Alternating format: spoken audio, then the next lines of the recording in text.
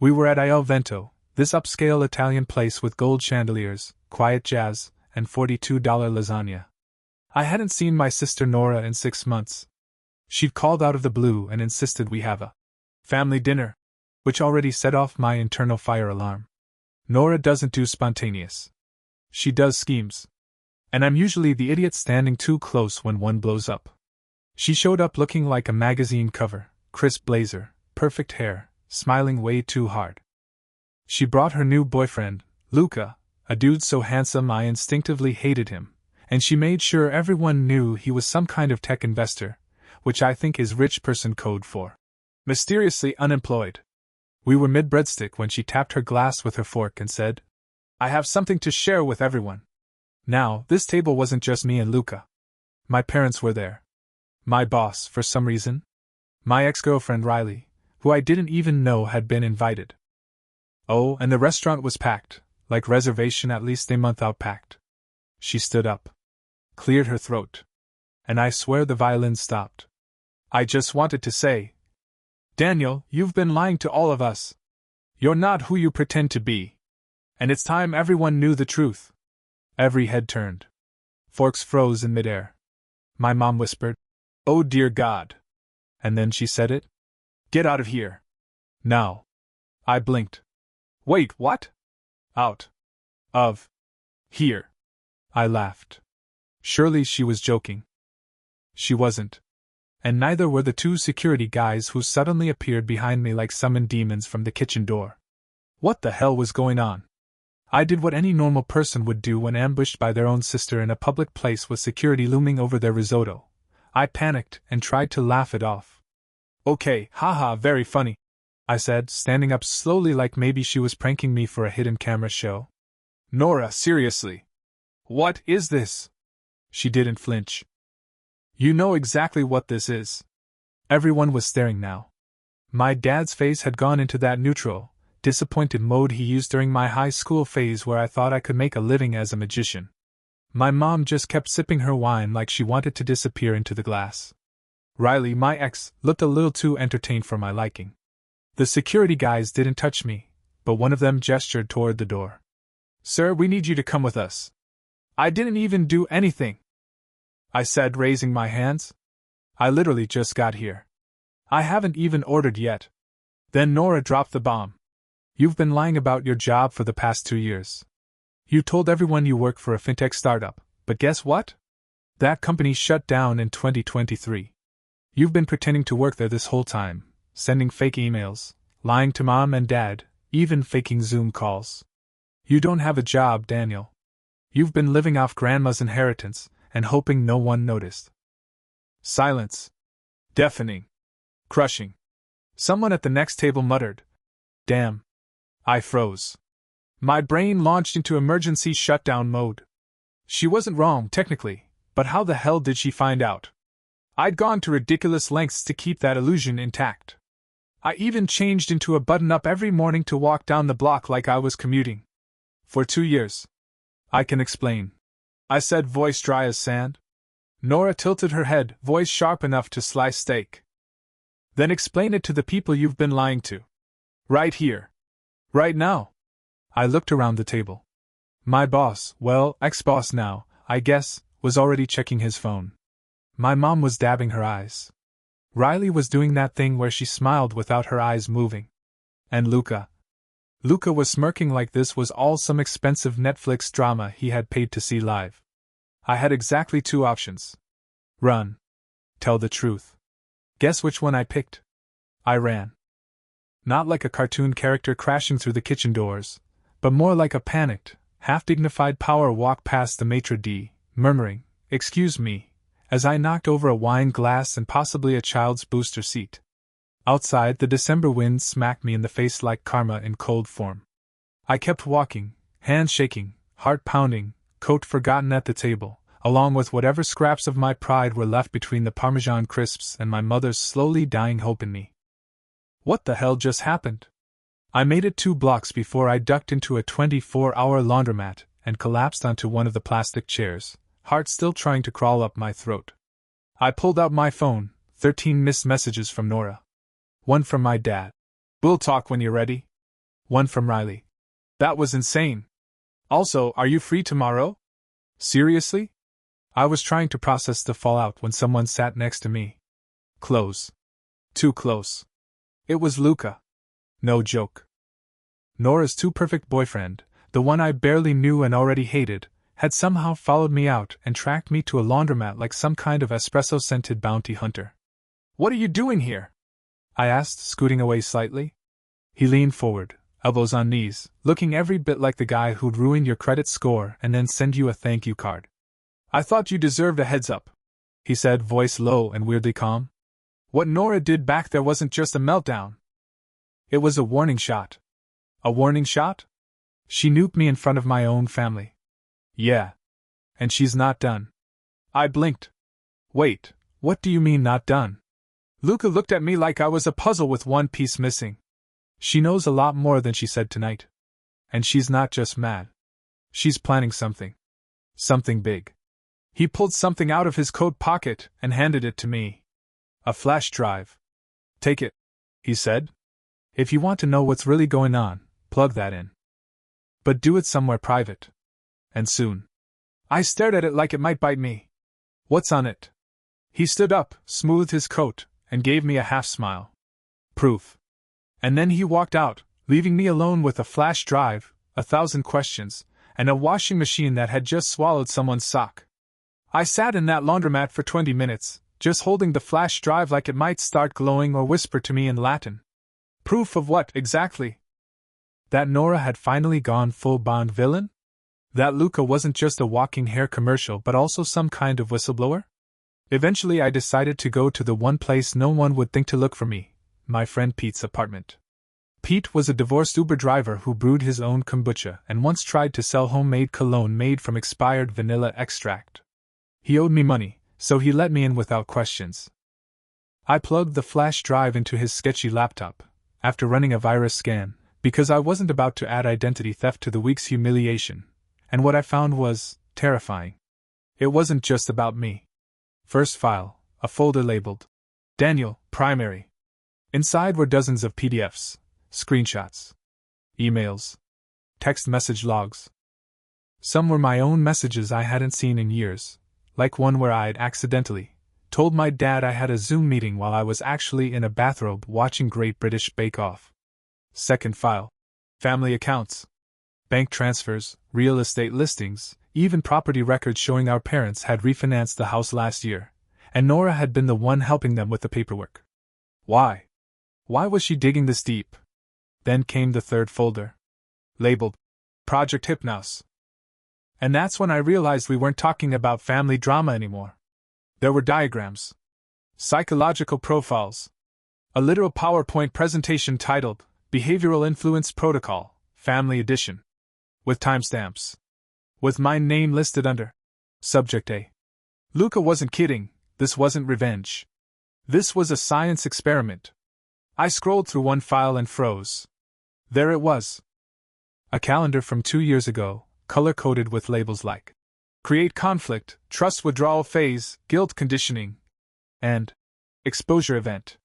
Nora had been planning this for 2 years. She didn't just want to humiliate me. She wanted to reprogram me. I jumped back from the screen like it had burned me. What the hell is this? I whispered. Pete, from the kitchen, called out, Did you find porn or something? I ignored him. My pulse was in my ears. My hands were ice. Then the laptop pinged. A new file was uploading to the flash drive. I hadn't clicked anything. The file name read live_feed_dining_room_camera. Movie. I double-clicked it. And there, on the grainy screen, was Nora, at home, sitting with Luca. Only this time, she wasn't smiling. She was looking straight into the camera. And she said, I know you've seen it now, Daniel. Good. Because we're just getting started. I slammed the laptop shut like that would somehow make Nora disappear. My heart was racing so hard it felt like it was trying to escape my chest and file a restraining order against the rest of me. Pete was still in the kitchen, humming off-key, completely unaware that my sister had apparently turned our family into a long-term psychological thriller. She knows, I muttered. Pete poked his head around the corner. Knows what? And why do you look like you just saw your own autopsy? I think my sister is running a social experiment, I said. On me. Possibly on our parents. Possibly on reality itself. He stared at me for a beat. Okay. So, do you want ramen or eggs? I reopened the laptop. The live feed was gone, replaced by a single text file that hadn't been there before. Next phase, isolation. Under it was a timestamp. Tomorrow night. That's when my phone buzzed. Mom. I hesitated before answering, already bracing myself for tears, disappointment, or silence so loud it hurt. Instead, she sounded confused. Daniel, she said slowly, your sister told us something strange. My stomach dropped. What did she tell you? That you asked her to help manage our finances because you were unwell. That you've been unstable lately. Forgetful. Paranoid. I felt cold all over. She showed us documents. Mom continued. Charts. Notes. She said she's been worried about you for a long time. Of course she had. Hypnos. Behavioral influence. Trust withdrawal. She suggested, Mom said carefully, that maybe you should stay with her for a bit. Just until things calm down. There it was. Isolation. I looked back at the laptop, at my own name listed like a case study, and for the first time it hit me, Nora wasn't trying to destroy me. She was trying to take control of the story. If I didn't act fast, everyone I knew would believe I was unraveling, and she'd be the calm, capable hero stepping in to clean up the mess. I swallowed hard. Mom, I said, forcing my voice steady. Do not give her anything. Documents, passwords, nothing. Please. A pause. Then, Daniel, why are you saying this? Because my sister is rewriting reality and I'm the unreliable narrator, I thought. Out loud I said, because if I don't stop her, you won't recognize me in a month. When the call ended, my phone buzzed again. A message from Luca. You're running out of time. If you want to flip the board, meet me tomorrow. Come alone. For the first time since the restaurant, I wasn't just scared. I was angry. And I was done being the subject. I didn't sleep that night. I lay on Pete's lumpy futon staring at the ceiling, clutching the flash drive like it was a crucifix and my sister was a demon in a power suit. By morning, I'd made two decisions. I was going to meet Luca. I was done playing defense. Pete handed me a thermos of cold coffee and a slice of pizza that may have predated the pandemic. You sure this isn't like performance art? He asked as I shoved the flash drive in my coat pocket. Because it sounds weirdly sophisticated. It's not art, I muttered. It's a hostile takeover of my actual life. I met Luca at an abandoned train station on the edge of town, because apparently we were now doing Cold War cosplay. He was waiting near the edge of the platform in his usual look, all-wool coat, turtleneck, and sinister charm. Glad you came, he said. You bring the drive? Yeah, I said. But first you're going to tell me everything. No cryptic warnings. No spy games. Just the truth. He nodded and for once, he delivered. Turns out Luca wasn't Nora's boyfriend. He was her partner. As in, co-founder of Hypnos. They'd started the project years ago, one of those shadowy, privately funded psychology startups that tested theories too unethical for public trials. Mindset manipulation. Behavior nudging. Conditioning through environmental triggers. But somewhere along the way, Nora went rogue. She started ignoring the protocols, Luca said. She wanted personal data, real targets. People she could manipulate over long periods to prove the model worked. I was her proof of concept. She picked you because you were smart but unstable. Isolated. Already lying. Easy to manipulate, but hard to break. Wow, I said. Thanks for the pep talk. I didn't know she'd gone this far, he said. But once I saw the files, the new protocols, the way she was changing your family's behavior, I bailed. She didn't like that. I assume you didn't just invite me here for closure, I said. Luca nodded. No.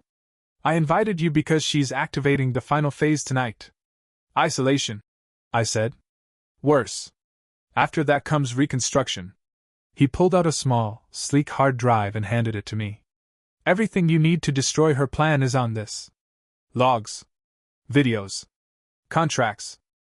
But you can't just dump it online. She'll spin it. You need to show people. You need a scene. I looked at him. Like a public meltdown. A reversal of the restaurant. He smiled grimly.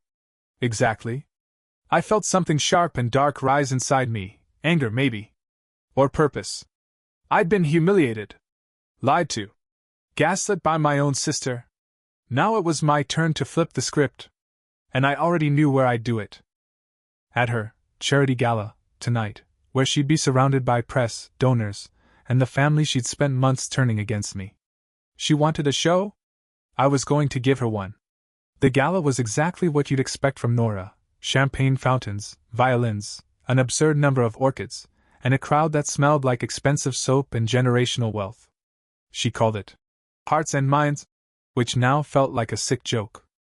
I wore a suit that hadn't fit me properly since 2018 and walked through the grand entrance like I belonged, even though my name had definitely been removed from the guest list. But Luca was good. He'd sent over a forged owner badge and a burner phone with one purpose: to trigger the final act. I spotted her immediately. Nora was glowing, literally glowing, under those ridiculous warm lights. Schmoozing with politicians, influencers, and probably a few morally flexible psychologists. She looked untouchable. Until she saw me. Her expression cracked for half a second. Just a flicker. But it was enough. I held up my phone, flashed the live stream button, and winked. She excused herself from the mayor and made a beeline for me, heels clicking like a countdown. "What the hell do you think you're doing?" she hissed, smile still plastered on her face like stage makeup. "Hi, Nora," I said brightly. "Love the orchids. So, when were you going to start phase 4? Public rebranding?" Her jaw clenched. "Get out. Not this time," I said. "I've got something better than an exit." I raised the phone higher and tapped. "Go live. Everyone," I said, voice booming through the mic Luca planted on me, which was currently patched into the event speakers. "Can I have your attention for just a moment?" The violin stopped. Glasses paused mid-sip. Nora's face strained of color. "I just want to thank my sister for organizing this beautiful event. She's really amazing at manipulating things. Budgets, narratives, people." She lunged for me, too late. Because behind her, the projection screen flickered. And then it played. The PowerPoint. Project Hypnos. Names. Timestamps. Family photos. Manipulation logs. Her voice on hidden audio saying, "People are easy. You just have to control the context." The room exploded. Guests gasped. Phones came out. Cameras flashed. Someone yelled, "Is this real?" I turned to Nora. She was frozen. Not in shock, she was calculating. Spinning. "You edited this," she said too calmly. "You're sick. You've always been sick." I leaned in close. "That's the best part. I don't have to prove anything. I just had to make them doubt." Her parents were already pushing forward. The board members she'd manipulated to get funding were whispering, stepping away. Riley was there too, filming the whole thing like it was season 4 of some prestige crime drama. And Nora? She finally cracked. Not with rage, but with something worse. A smile. "You think this ends me?" she said, voice like silk over a dagger. "You think a room full of donors and TikTokers matters?" She stepped closer. "This was my experiment, Daniel. And it worked. You're standing here because I made you strong enough to fight me. You should be thanking me." I stared at her, stunned. And then, before I could say anything, she turned around, picked up a flute of champagne, and calmly toasted the crowd. "To controlled chaos," she said. "And the brother who taught me how to weaponize it." The room stood still. She smiled, took a sip, and walked out the front doors like she was the one in control all along. Let me be clear, no one clapped when Nora walked out. There was no slow, respectful applause like in those courtroom movies where someone drops the mic and justice wins. No, what followed was confusion. Whispers. The sound of a gala cracking down the middle like a dropped mirror. And me, just standing there, holding a dead phone with sweaty palms, trying to convince myself I'd actually won. Spoiler, I hadn't. Oh, sure, the footage had done damage. The board froze her funding. The press got hold of the flash drive. I sent it anonymously to 5 journalists before stepping foot in that ballroom. Her gala donors bailed like rats from a yacht on fire. Publicly, she was radioactive within a week. But Nora? She didn't flinch. She went dark. Deleted her social media. Lawyered up. Then, just as fast, reappeared in a grainy article 3 weeks later in Berlin, under some startup alias, giving a talk called Emotional Engineering, the Next Frontier. So yeah? She didn't lose. She evolved. As for me? I was left standing in the smoking crater of my own life. Mom and Dad apologized. They came around slowly. It helped that I shared everything, the files, the videos, even the calendar breakdown of my so-called behavioral arcs. Dad was livid, which for him meant sighing loudly and disappearing into the garage to hammer wood for 3 days. Mom just cried. A lot. I moved back into my own apartment. Started therapy. Real therapy this time, not YouTube channels called Mind Hacks. I got a real job too, at a nonprofit, ironically, helping teach digital literacy to seniors, who are somehow more emotionally grounded than anyone in my generation. Pete told me I should write a book. I told him if I ever heard the phrase Phase 3 exposure again, I'd set my hair on fire. But here's the thing that still haunts me. Nora was right. Not about everything. Not about her sick experiment. But about me. Before she dropped that bomb at the restaurant, I really was faking it. I'd lied to my family. I was drifting through life, scared of my own mediocrity, convinced I was smarter than the world just because I knew how to dodge it. She used that. Twisted it. Weaponized it. But she didn't create it. That was already in me. What she did do, whether she meant to or not, was force me to see it. All of it. My failures. My fear. My endless self-sabotage. And in the end I had 2 choices. Hate her forever and become exactly the broken, bitter shell she'd predicted. Do the harder thing, rebuild. So I rebuilt. One awkward apology at a time. One job interview at a time. One day where I didn't lie to myself and pretend I was fine. I even reconnected with Riley, believe it or not. We're not getting back together, she's moved on, and honestly, so have I.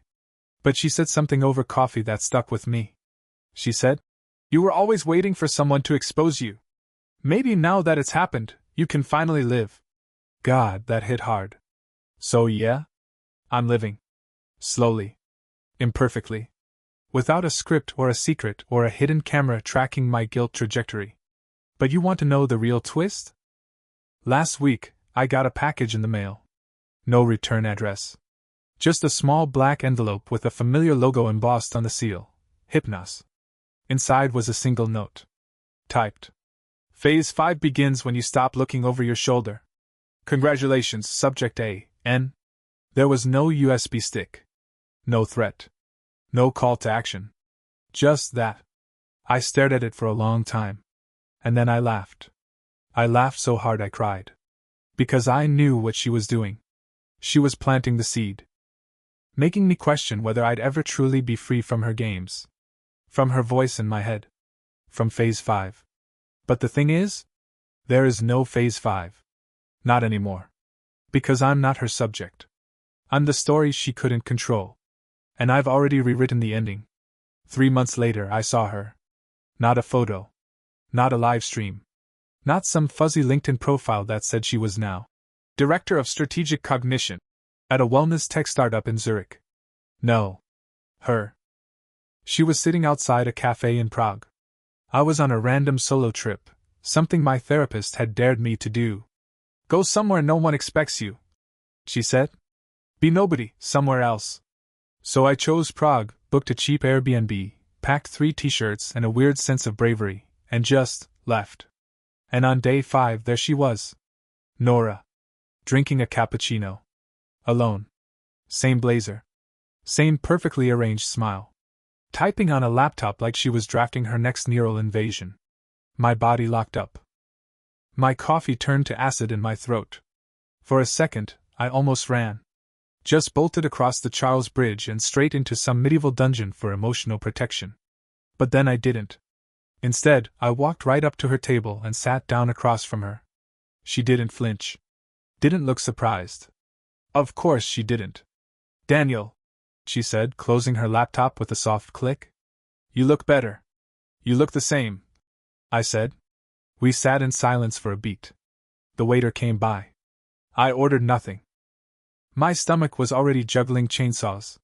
I wondered if you'd find me, she said. I didn't. Another pause. She tilted her head. Then why did you come over? I thought about that.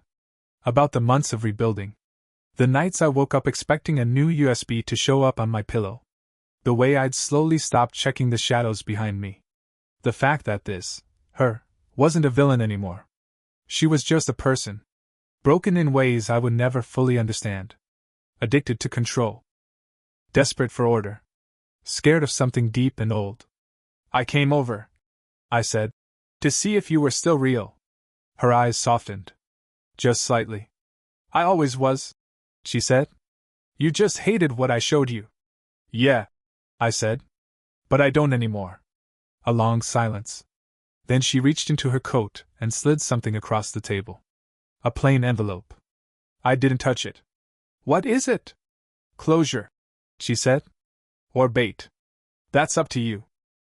And then she stood, tucked the laptop under her arm, and walked away. I watched her disappear into the crowd like a ghost slipping between time zones. I left the envelope on the table. Didn't open it. Didn't need to. Because the story was mine now. And some chapters? They're better left sealed.